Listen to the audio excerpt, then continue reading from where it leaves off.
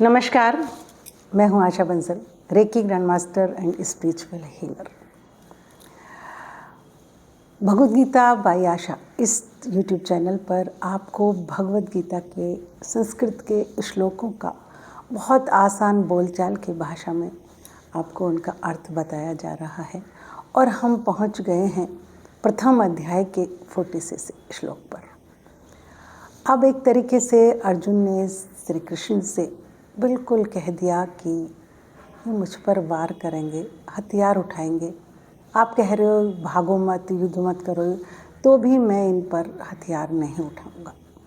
यदि शास्त्र पाणिये धार्तराष्ट्र रणे, ये धृतराष्ट्र के जो संबंधी हैं, यदि ये मुझ पर शस्त्र चलाएंगे अप्रतीकारम, यानी ये सामने होंगे शस्त्रों सहित, लेकिन मैं इनका अप्रतीकारम सामना नहीं करूँगा, इन पर शस्त्र नहीं चलाऊँगा। अशस्त्रम मामम हंतु यत मेम क्षेमतरम, कि हे केशव, अगर इन्होंने मुझ पर शस्त्र चलाए तो मैं इन पर शस्त्र नहीं चलाऊँगा और यही मेरे लिए हितकारी है।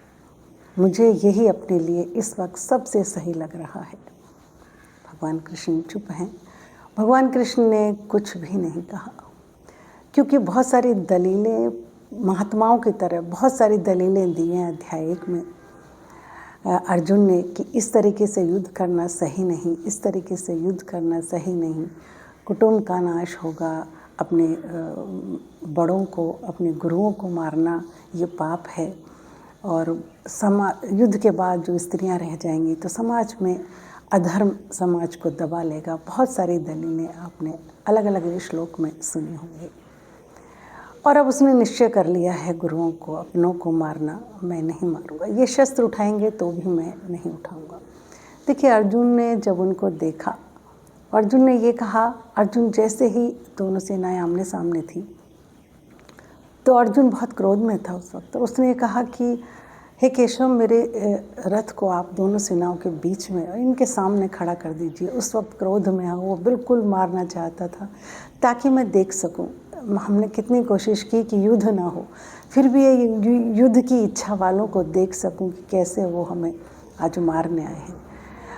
उस वक्त तो क्रोध में था, लेकिन जैसे उसने देखा द्रोण को, भीष्म को, सारे अपनों को, अपने कुटुंब को, तो उसके अंदर मोह जाग गया और उसने मना कर दिया युद्ध करने के लिए। हालांकि बाद में जाकर अर्जुन ने कहा करिष्ये वचनम तब, हे प्रभु, 18वें अध्याय में कि अब आप जो कहोगे, जब पूरी गीता ख़त्म हो गई, कि अब आप जो कहोगे मैं वो करूँगा। सच में भगवद गीता एक ऐसा ग्रंथ है जो हमें किसी भी परिस्थिति में हमारा कल्याण कर सकता है। अर्जुन के पास कोई टाइम नहीं था किसी जप तप यज्ञ करने का, लेकिन किस तरीके से अपनी सोच से हम अपना तुरंत कल्याण कर सकते हैं, ये बताया गया है भगवद गीता में। देखिए, बहुत से लोग कहते हैं श्री कृष्ण ने युद्ध करवाया, श्री कृष्ण ने तो संधि करने की कोशिश करवाई, युद्ध का निश्चय उन सब नहीं किया। वो खुद श्री कृष्ण के पास गए कि अब युद्ध होगा। कुंती ने जब आज्ञा दे दी तो श्री कृष्ण तो उनके साथ थे, लेकिन श्री कृष्ण ने उनको क्या सही और क्या गलत है सिर्फ ये बताया, युद्ध नहीं करवाया। जैसे कोई इंसान किसी दूसरे रास्ते पर जा रहा है, भटक के, उसे जाना कहीं और है, लेकिन वो पूछे कि ये उधर ही जा रहा है क्या वो रास्ता, वो कहेगा नहीं जी, ये रास्ता इधर नहीं उधर जा रहा है। वो उसको सही रास्ता बता देता है। श्री कृष्ण ने सही रास्ता बताया अर्जुन को, कोई युद्ध नहीं करवाया और अपने कर्तव्य का पालन करने के लिए कहा।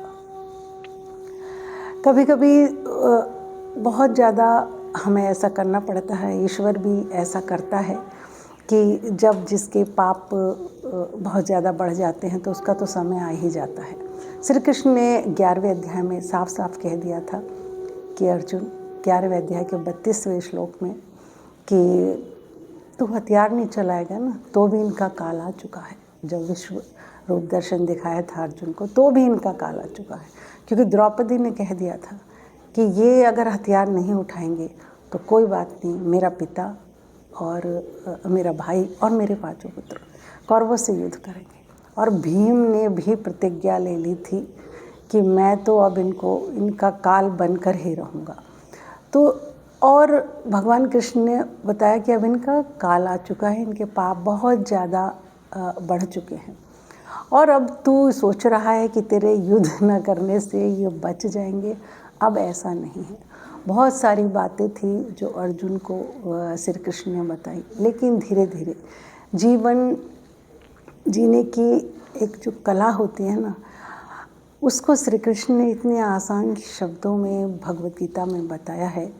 कर्म योग, भक्ति योग और ज्ञान योग के माध्यम से जो लोग ईश्वर को नहीं मानते उनके लिए भी ज्ञान योग है, उनके लिए उनको भी भगवद गीता जरूर पढ़नी चाहिए। जो लोग नास्तिक हैं, क्योंकि उनको भी अपना जीवन का कल्याण कैसे हो, हम पृथ्वी पर क्यों आए और क्या हमारा कर्तव्य होना चाहिए, ये सब तो हमें पता होना चाहिए।